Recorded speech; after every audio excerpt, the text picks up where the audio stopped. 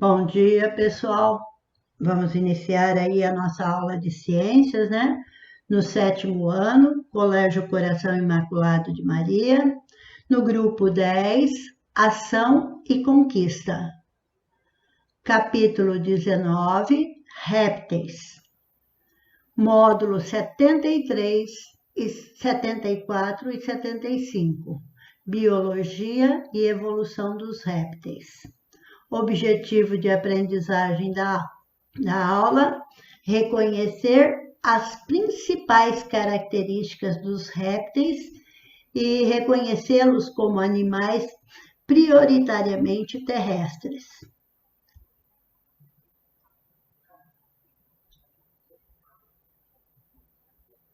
Pessoal, vocês têm aí, abrindo aí, no capítulo 19, répteis, né? Nós vamos ver aí que os répteis, eles estão divididos em 4 classes aí, ó. Eu tenho os escamados, que são lagartixa, camaleão, iguana, né? Teiu, jararaca, as cobras, né? A cobra coral, que são os répteis escamados, que possuem o corpo recoberto por escamas. Nós temos aí os crocodilianos, que desse grupo nós temos os jacarés, os crocodilos, né? E eles possuem o corpo revestidos por placas córneas. Depois nós temos os quelônios, que nos quelônios nós temos as tartarugas, nós temos aí as tartarugas marinhas, as tartarugas terrestres, nós temos os jabutis, tá? Que faz parte desse grupo. Ele tem uma carapaça dorsal que reveste o corpo e na parte de baixo fundida, que é uma parte chamada de plastrão, tá? E nós temos os rincocéfalos. Os rincocéfalos incluem aí a tuatara, que são os únicos animais viventes deste grupo, tá? Então, esse animal pode atingir até 100 anos de idade. Pessoal, nós vamos começar falando aí, olha, da biologia e a evolução dos répteis. Lembra lá que a dona Piva falou que os seres vivos, eles viviam na água, tá? Devido o ambiente estar mudando, a vegetação desenvolvendo na parte terrestre, os animais em busca de alimento, ele começa a querer sair do meio aquático. Mas para que ele saia do meio aquático, ele tem que sofrer uma série de mudanças, como mudança na pele, mudança na respiração, mudança na locomoção, transformação das nadadeiras em patas. Lembra lá que a dona Pipa já foi falando isso daí. E a primeira parte a evoluir aí foram os anfíbios, que eles começaram a sair da água, mas eles não conseguiram sair totalmente da água, tá? Ele vai, mas ele precisa voltar, porque ele precisa fazer a reprodução, ele precisa fazer o acasalamento. Pessoal, deixa um pouquinho de mandar mais tarde para não ficar barulho aqui, tá? Então, acontece o seguinte, os animais aí, olha, ele vai sofrendo essa transformação, tá? E aqui também os répteis. Os répteis, eles vão ser, o próprio nome dele já diz, répteis, deriva do latim, que quer dizer rastejar, ele rasteja, tá? Então, através de patas ou então através do próprio corpo, ele consegue se locomover rastejando. Por isso que a palavra réptil, rastejar, tá? São animais vertebrados, conhecido pelo modo de caminhar, que é rastejante, né? E por terem o corpo coberto pela pele seca, as quais são quase que impermeáveis, né? Atualmente, existe por volta de 11 mil espécies conhecidas, sendo seus representantes mais comuns os lagartos, as serpentes, as tartarugas, os crocodilos, os jacarés. Esses são os representantes aí que a gente mais fala, mais entra em contato, né? As evidências evolutivas apontam que esses animais surgiram a partir dos anfíbios, tá? Dos anfíbios primitivos, aproximadamente 350 milhões de anos, durante o período carbonífero, tá? Então, lá eles acreditam que os anfíbios começam a sofrer essa transformação, transformando-se aí em animais rastejantes, que seriam os répteis, sendo os primeiros vertebrados efetivamente adaptados à vida terrestre. Quer dizer, eles se adaptaram à vida terrestre bem, tá? Eles apresentam algumas características que são responsáveis pelo sucesso e a ocupação do ambiente terrestre. Então, eles apresentam uma pele impermeável, né? Uma pele queratinizada, recoberta por placas córneas ou então por escamas, né? Eles passaram a ter a respiração diferenciada, eles passaram a ter membros locomotores, alguns deles, né? Modo de locomover. Eles passaram a ter a reprodução interna, que até nos anfíbios ela era externa, tá? A reprodução dele. A respiração passa a ser pulmonar. Então, várias transformações foram ocorrendo para que ele saísse do meio aquático, indo para o meio terrestre. Aqui nós temos alguns representantes, como a iguana, né? O jacaré, a tartaruga marinha. Nós temos aí a tuatara, né? Que eu falei dela lá no grupo, que ela pode atingir até cerca de 100 anos. Então, nós vamos estar falando um pouquinho dessas adaptações que os répteis sofreram aí para poder se adaptar ao meio terrestre, tá? A pele desses animais é recoberta por espessas epidermes queratinizada, uma substância muito importante na conquista do ambiente terrestre. Que seria isso? Olha, nossa unha é formada por queratina. Nosso cabelo tem a queratina. Também os répteis, as aves também possuem essa queratina, que é uma forma de proteção do nosso organismo, tá? A queratina é uma proteína produzida em grande quantidade pelas células epiderme dos répteis e também das aves e dos mamíferos. Há ausência de glândulas e muco, quer dizer, lembra lá que nos anfíbios eles tinham bastante glândulas para produzir muco, porque a pele dele tem que ficar úmida para ele respirar. Aqui já ele não precisa respirar através da pele, ele respira através de pulmão. Então ele não tem necessidade de produzir esse muco, tá? Além disso, também, a pele desses animais é praticamente impermeável, não havendo muita perda de água. Quer dizer, ele não vai, como a pele dele é impermeável, ele não vai perder água. Então, ele não perde o controle hídrico. A pele queratinizada pode ser revestida por escamas, como eu já falei lá dos escamados, né? Por placas ósseas, como a tartaruga, né? E as placas córneas, como no caso dos crocodilos e jacarés. Além da pele queratinizada, é encontrado também as garras e unhas, tá? Então, eles têm as garras e as unhas para poder se defender, né? De predadores, ou então para ir em busca dos seus próprios alimentos.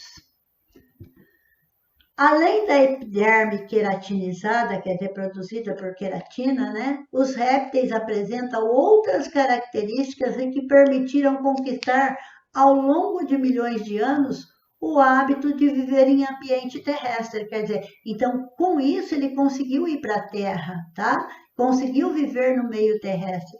Eles passaram a realizar respiração pulmonar, porque antes era cutânea, né? E branquial e bem rudimentar, mas aí eles passaram a desenvolver a respiração pulmonar, tá? apresentando aí um pulmão mais desenvolvido que dos anfíbios, com dobras internas que aumenta a capacidade de realizar a troca gasosa. Assim, os anfíbios, eles também são ovíparos, né? Ovíparos quer dizer colocam ovos. Então, como lá nos anfíbios, eles também colocavam os seus óvulos, depois era fecundado e formando lá os ovos. Só que lá ele não tinha um ovo com casca protetora. Aqui ele já passa a ter uma casca protetora. Essa casca protetora, ela pode ser calcária ou então ela pode ser formada por uma membrana mais rígida, mais grossa, tá? Produzem ovos com estruturas extraembrionárias, quer dizer, fora, que ele tem estrutura que protege o embrião, tá? Como casca, e dentro dessa, ela tem essa casca, e dentro ela vai ter o vitélio, né?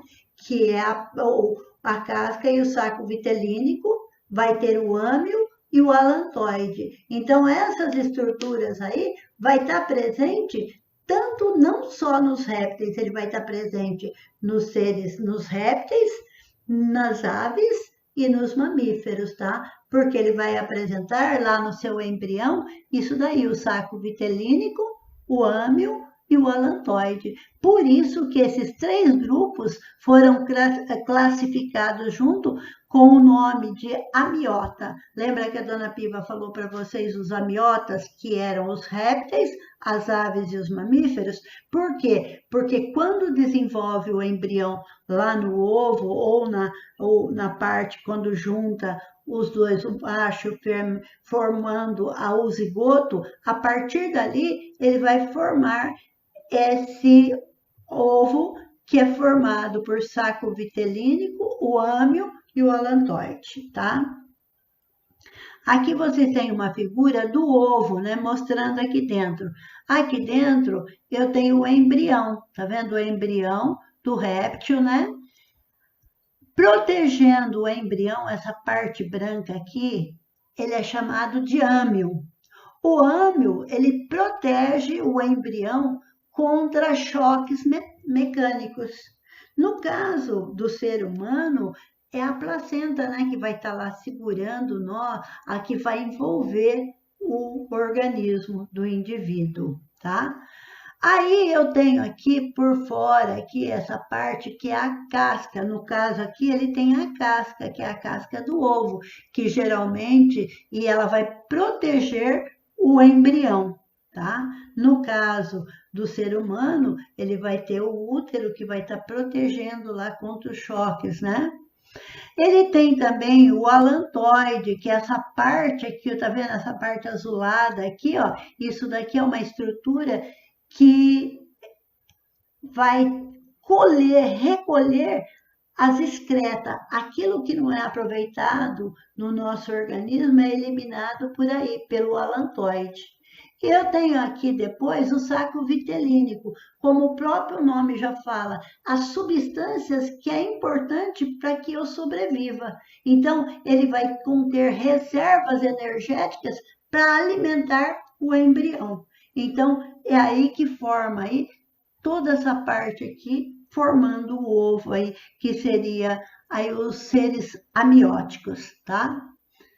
Para ir além, órgãos do sentido dos répteis. Os répteis têm órgãos dos sentidos que lhes permite sentir o gosto e o cheiro das coisas, tá? Além disso, seus olhos têm pálpebras, quer dizer, fecha, né? A membrana nictante, que auxilia na proteção dessas estruturas. Ele também tem glândulas lacrimais, que mantêm a superfície do olho úmida, quando ele não está na água, né? Porque quando ele está na água, ele pode fechar aquela membrana. Agora, quando ele está fora, para que o olho não seque, ele tem que ter as glândulas lacrimais para umedecer o olho dele, para que o ambiente não seque. Eles também têm, embora não tenham orelhas externas, como nós temos, né? Eles têm, geralmente, dois orifícios aí lateralmente, por onde o som entra aí e eles percebem aí o som externo. Continuando aí que esse orifício fica um de cada lado da sua cabeça, né, da extremidade, situa-se o tímpano, que comunica com a orelha média e a interna, tá? Então, isso daí. Então, eles percebem o som aí. Outro fator importante na adaptação desses animais ao ambiente terrestre é a realização da fecundação interna. Lembra lá que até no anfíbio ele não tinha fecundação interna, eles tinham a fecundação externa. O macho dava o abraço nupcial na fêmea, estimulava ela a liberar os óvulos e ele liberava o espermatozoide. Agora não, aqui a fecundação passa a ser interna para poder acontecer a reprodução e não perder os animais, tá? É uma forma adaptada para que o indivíduo passe a ter menor número da prole, de filhos, tá? A fecundação é interna. Nela, o macho introduz o espermatozoide na cloaca, porque a cloaca é o local onde desemboca o sistema digestório, o sistema excretor e o sistema reprodutor. Então, aí, na cloaca, ele coloca o espermatozoide e vai dar origem aí, fecundar os óvulos, tá? Aí eu tenho aí o jacaré, o crocodilo, né? Acasalando aí, o macho se posiciona sobre a fêmea e introduz nela um órgão copulador, que é o hemipênis, tá? Que libera o espermatozoide em sua cloaca. Então, aqui é o momento do acasalamento entre os crocodilos. A circulação sanguínea dos répteis é dupla, quer dizer, o sangue passa pelo coração 2 vezes, tá? Lá nos anfíbios já não acontecia assim, tá? A circulação sanguínea dos répteis é dupla.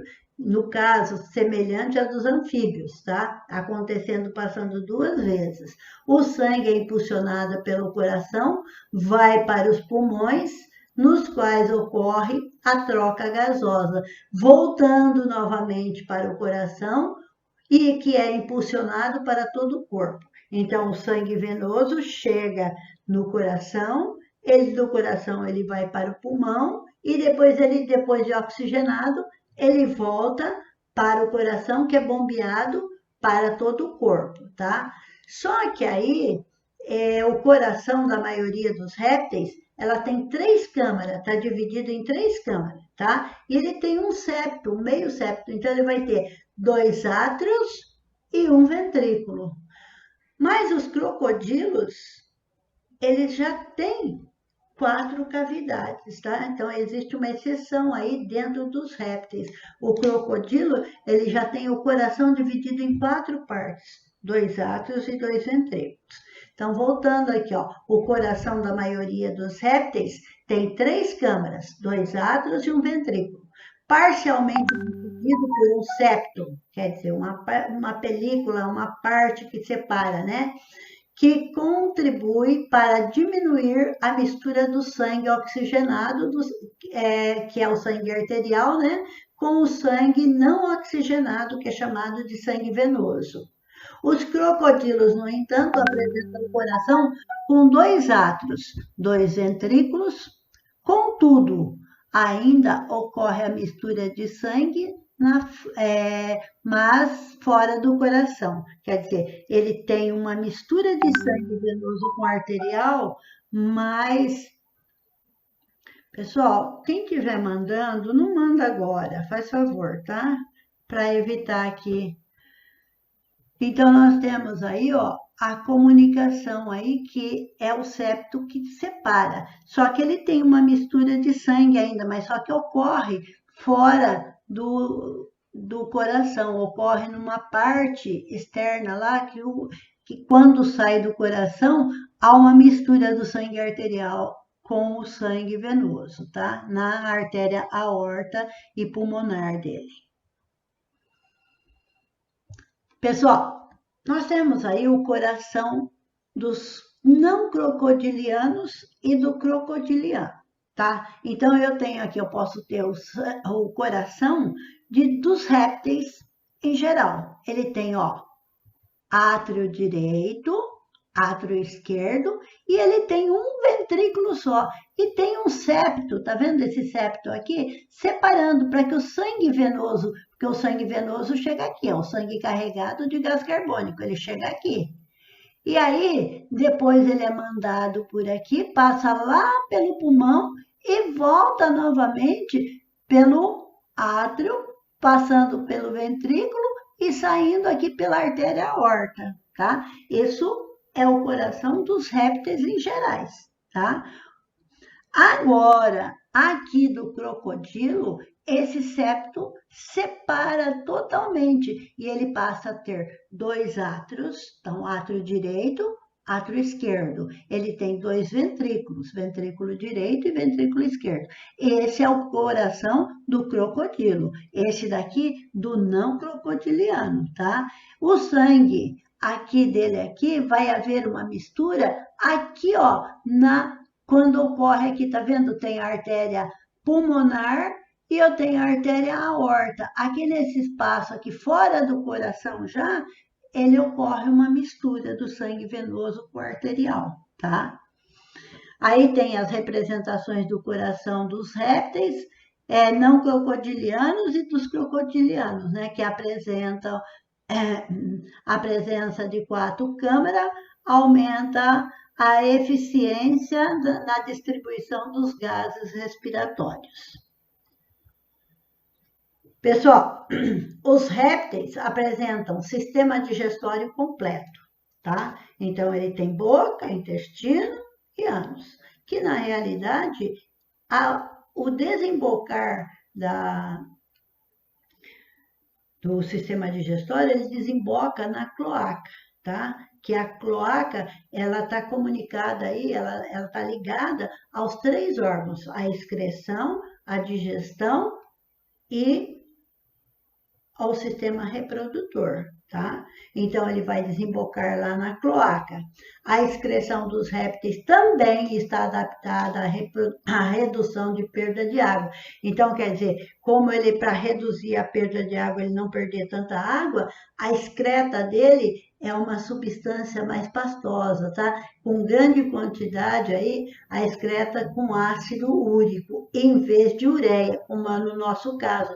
No nosso caso, vai liberar quantidade de ureia, deles vai liberar o ácido úrico. Excreta a ureia que é excretada pelo ser humano. O ácido úrico é uma substância menos tóxica, o que exige menos quantidade de água para sua eliminação. Portanto, a urina, né, dos répteis é uma solução pastosa, com quantidade mínima de água, tá? Então, ele elimina aí a excreta, que é pastosa, tá? Muitas vezes ela acaba saindo junto com as fezes, porque ele desemboca também lá na cloaca.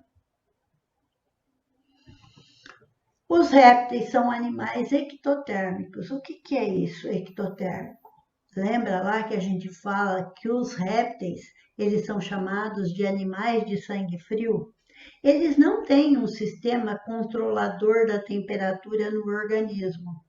Eles dependem do meio ambiente para regular a temperatura do corpo. Se o ambiente está muito frio, a temperatura do corpo dele vai esfriando também. Por quê? Porque ele depende do ambiente para regular a temperatura do corpo. Então, muitas vezes, nos dias de frio, a gente vê lagartixa, a gente vê os calangos, a gente vê o jacaré, tudo exposto lá no sol. Por quê? Porque o sol vai aquecer o corpo dele, tá? Porque se deixar, a temperatura do corpo vai abaixando, porque eles não têm um sistema que regula a temperatura do corpo dele, como nós, as aves. As aves e nós temos um termorregulador interno dentro do nosso organismo que mantém a nossa temperatura. No homem, a temperatura, ela gira aí em torno de 36 graus, 36,5, que é a temperatura normal. Se a temperatura começar a subir, significa que nós estamos tendo febre, tá? Agora, as aves, a temperatura das aves também é regulada, né? Porque eles são endotérmicos e a temperatura dele vai estar em torno de 40 a 42 graus. E no caso dos répteis, eles são considerados animais de sangue frio.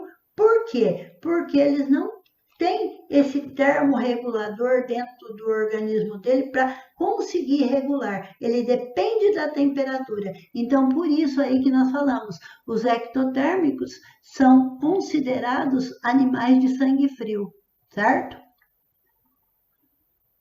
Aí nós temos aí uma lagartixa, um calango, né?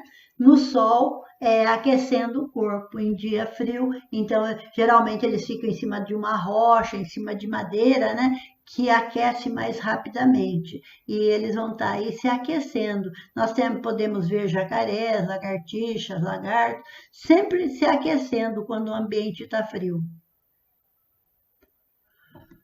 Importância ecológica. Lembra lá que também dos anfíbios nós falamos da importância ecológica, a presença são de fundamental importância aí na vida aí no ambiente, né? A grande maioria dos répteis, eles são carnívoros, então eles vão estar na cadeia alimentar aí, consumindo outros seres que poderiam perder o controle populacional, poderia aumentar demais. Vamos supor, se não tivesse as cobras, os roedores, como ratos, poderiam aumentar em grande quantidade. Então, havendo um desequilíbrio ecológico aí na cadeia alimentar. Lembra quando nós falamos de cadeia alimentar, tá?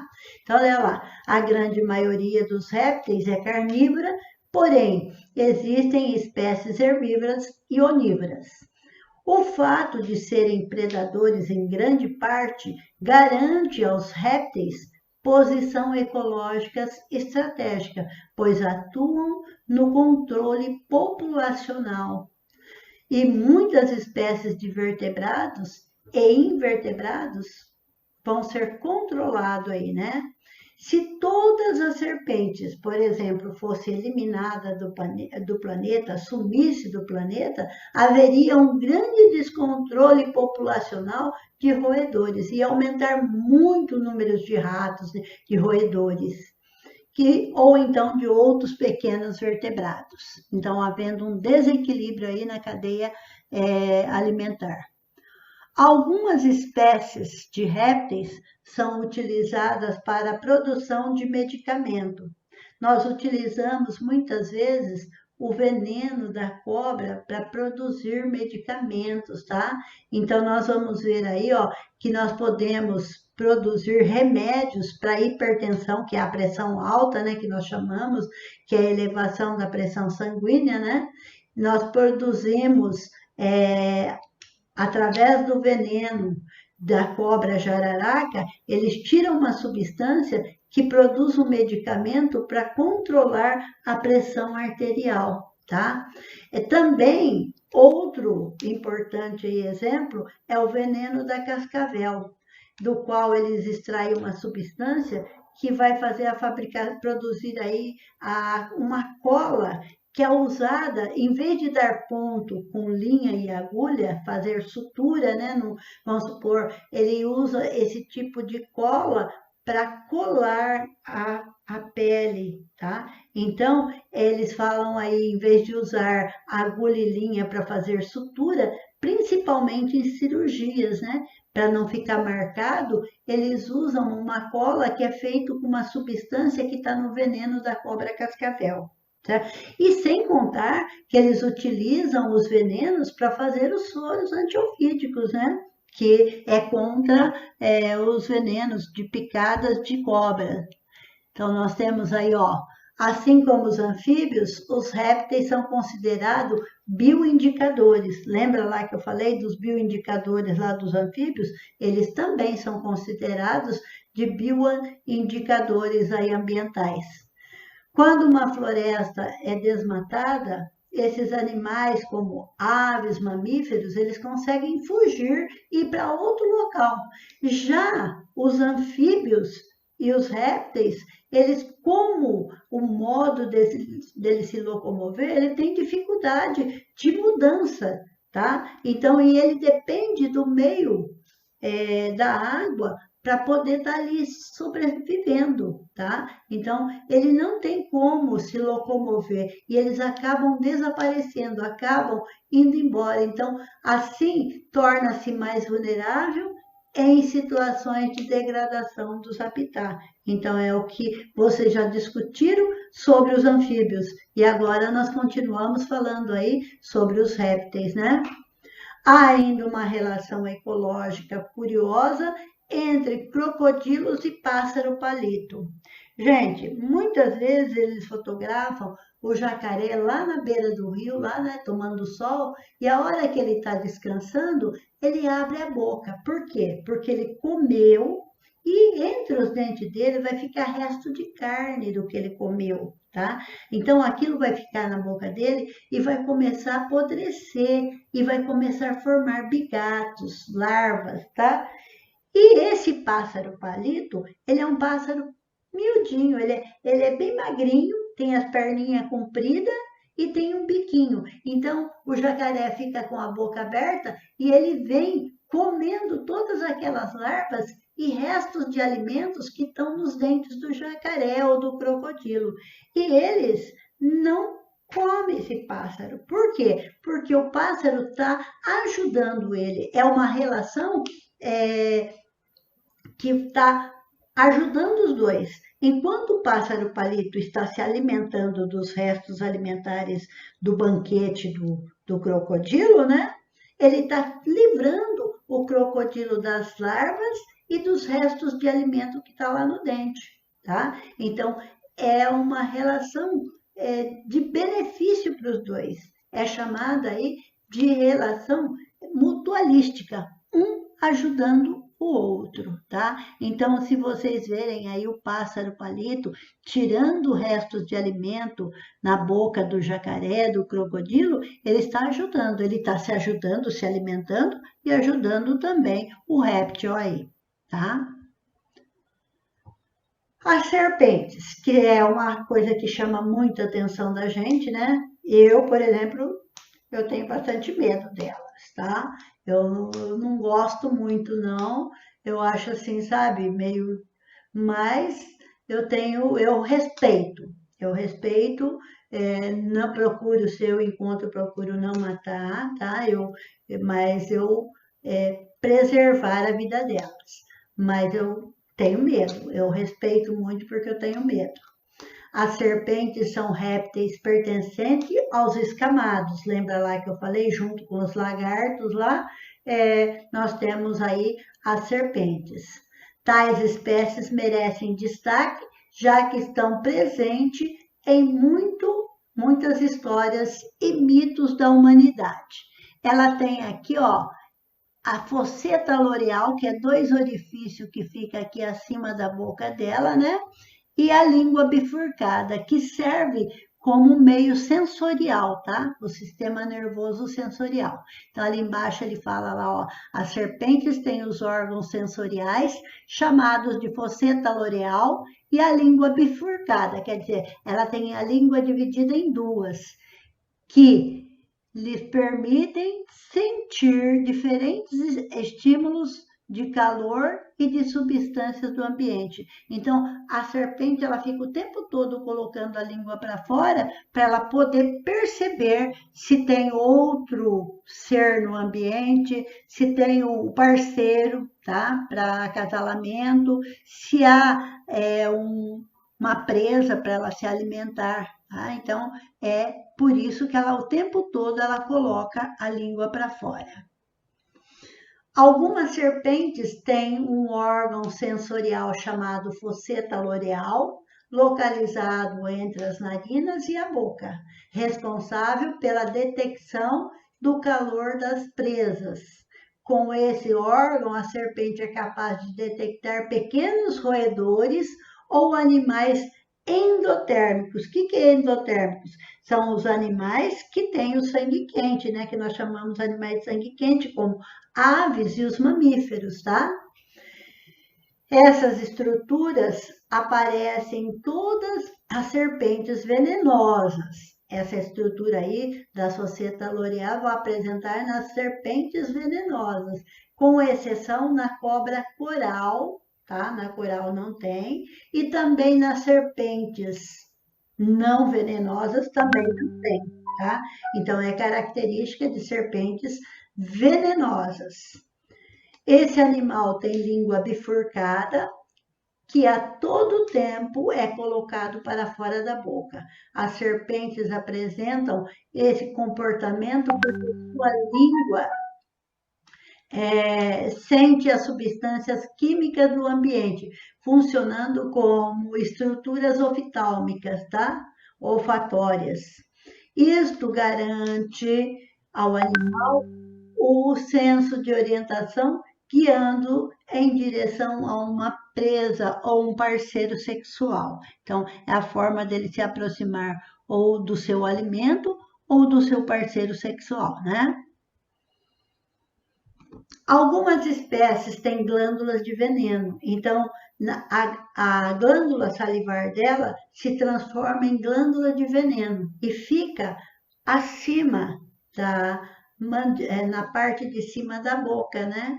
E ela ficando ali, ela está conectada às presas. E as presas têm um orifício no meio. Então, quando ela dá o bote e injeta os seus dentes, automaticamente ela pressiona a glândula de veneno e o veneno entra no corpo. E o veneno é uma enzima praticamente digestiva no corpo do predador. Então vai sofrer, então ela acaba engolindo essa presa inteira e ela vai transformando e depois algumas delas conseguem devolver o pelo e os ossos, regurgitando, tá? Aproveitando só a parte que é dissolvida aí pelas enzimas, tá? Os animais que têm glândulas de veneno podem ser peçonhentos, chamados de animais peçonhentos, ou então de animais venenosos, né?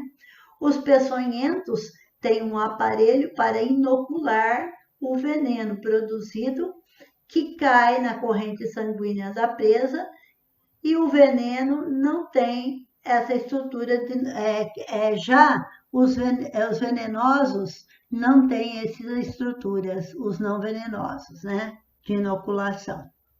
Nós temos aí, olha, eu coloquei uma serpente aí para vocês, mostrando bem a parte aqui dela. Aqui em cima vai estar as glândulas de veneno. Quando ela abre a boca, a sua presa que fica guardada, ela abre, né? E ela injeta o veneno, e o veneno passa aqui por dentro dessa presa e injeta no corpo da presa, tá? Aqui tem uma outra serpente, né?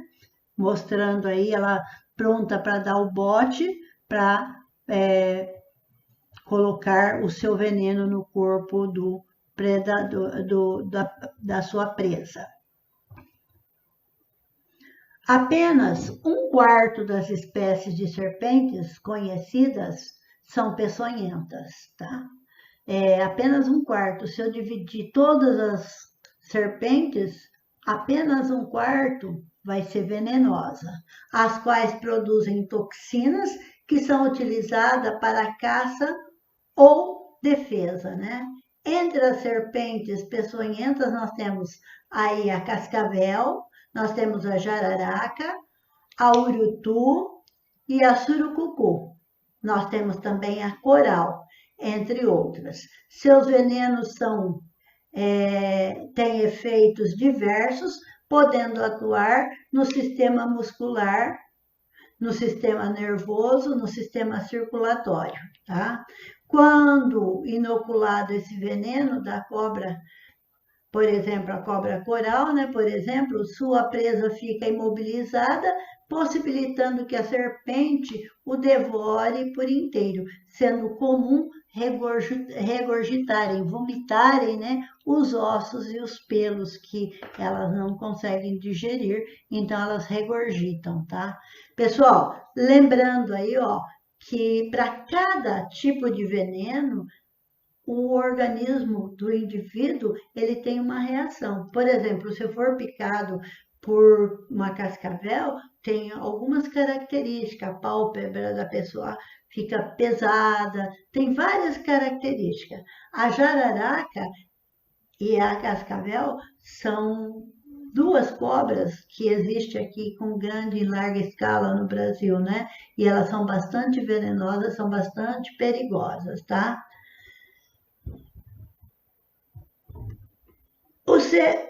Deixa eu só falar uma coisa aqui para vocês. Se eu for picado por uma cobra, e eu tenho que reconhecer ou então ver as características dessa cobra para poder chegar direto ao médico e já tomar o soro antiofídico.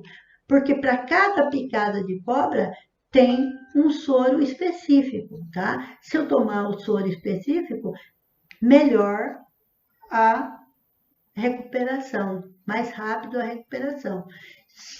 Ou se eu tiver que tomar um, que é um conjunto de várias combinações aí desse veneno para poder sofrer a coisa. Então, se eu sei reconhecer a cobra, eu posso chegar lá no pronto-socorro e falar se foi uma cascavel, se foi uma jararaca, tá? Se eu não souber, eles vão ver pelas características que a pessoa chega lá e os sintomas que ela começa a ter, tá?